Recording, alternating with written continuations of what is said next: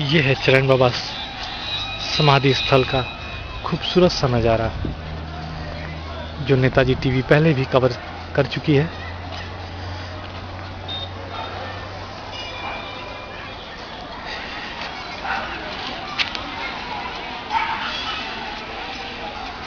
क्योंकि ये एक विशेष स्थान है और इसका विशेष योगदान है नेताजी संतोष प्रताप सिंह के जीवन का। क्योंकि नेताजी संतोष प्रताप सिंह का जन्म इसी गांव साहतवार, जिला बलिया, उत्तर प्रदेश में हुआ है। संतोष जी ने अपनी प्राथमिक शिक्षा इसी गांव में की है। बचपन से ही संतोष जी, नेताजी संतोष इसी मंदिर में आते रहे और भगवान शंकर के आशीर्वाद से, चरण बाबा के कृपा दृष्टि से वो आगे की तरफ परस्पर बढ़ने का प्रयास कर रहे हैं। इस गांव से निकलकर कलकत्ता पहुंचे। कलकत्ता से उन्होंने अपनी 10वीं की पढ़ाई पूरी की, 12वीं की पढ़ाई पूरी की। उसके बाद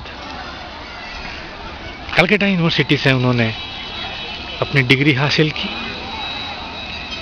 इस पूरे शहर में संतोष जी को कलकत्ता जैसे महानगरी से लेके साहतवार के इन मंदिरों तक जोड़ के रखा है। नेताजी संतोष प्रताप सिंह ने अपने राजनीतिक जीवन की शुरुआत छात्र राजनीति से की। छात्र राजनीति से वो कलकत्ता में गली और मोहल्लों की समस्याओं को सुलझाते हुए समाज सेवी के रूप में समाज के दबे कुचले और कमजोर लोगों की सेवाएं करते करते संतोष जी का रुझान पढ़ाई उपरांत राजनीति से हो गया। एक तरफ जहां उन्होंने प्राइवेट सेक्टरों द्वारा अपने कर्मचारियों का उत्पीड़न, शोषण देखा, वहीं बड़ी बड़ी फैक्ट्री और मिल मालिकों द्वारा लेबर और कर्मचारियों का शोषण भी उन्होंने अपनी आंखों से देखा। शायद इसी का नतीजा है कि संतोष जी ने अपनी जीवन की शुरुआत कलकत्ता शहर और पश्चिम बंगाल राज्य से राजनीतिक नेता के रूप में शुरू की। समाज सेवी से नेता बने नेताजी संतोष प्रताप सिंह। नेताजी सुभाष चंद्र बोस के दिखाए हुए रास्ते पे चलना चाहते थे। नेताजी को उन्होंने अपना सबसे महान और आदर्श माना। तो नेताजी सुभाष चंद्र बोस को आदर्श मानने वाले नेताजी संतोष प्रताप सिंह परस्पर उसी रास्ते पे चल रहे हैं जो कभी नेताजी चले थे। अपने प्रारंभिक शिक्षा के समय, स्कूल और कॉलेज के, यूनिवर्सिटी की पढ़ाई के समय वो नेशनल कैडेट कोर से जुड़े, एनसीसी की सर्टिफिकेट बी और सी प्राप्त की। पश्चिम बंगाल राज्य की तरफ से कई दूसरे राज्यों में प्रतियोगिता के लिए गए, मेडल्स भी जीते और अपने राज्य पश्चिम बंगाल का नाम रोशन किया। नेताजी सुभाष चंद्र बोस, जो कि यूनिवर्सिटी कैडेट कोर के मेंबर थे, और यूनिवर्सिटी कैडेट कोर ही आज के समय में आगे चलकर नेशनल कैडेट कोर के रूप में परिवर्तित हुई। नेशनल कैडेट कोर, जिसका वार्षिक दिन 24 नवंबर को हर साल पूरा देश मनाता है, जहां कैडेटों को ट्रेनिंग दी जाती है सिविल डिफेंस की ट्रेनिंग दी जाती है, लोगों को सहयोग करने, समाज सेवा करने, ट्री प्लांटेशन करने, अलग अलग प्रतियोगिताओं में पार्टिसिपेट करने, और सबसे ज़रूरी जो चीज़ है वो ये कि सभी धर्म के, सभी मजहब के लोगों को एक साथ जोड़ के और ना राष्ट्र निर्माण के काम को जो करने का काम ये ऑर्गेनाइजेशन करती है, शायद वही ही सबसे बड़ा महत्वपूर्ण काम है। अलग अलग राज्यों से आए हुए कैडेट अपने वार्षिक शिविर में हमेशा मिलजुल के रहते हैं, अपने एक दूसरे की जो संस्कृतियां हैं उनको बांटते हैं, उसे एक्सचेंज करते हैं, एक दूसरे की भावनाओं को समझते हैं, एक दूसरे के संस्कारों को, रीतियों को, देवी देवताओं की पूजा अर्चना को, मस्जिद, गुरुद्वारे और गिरजाघर की तमाम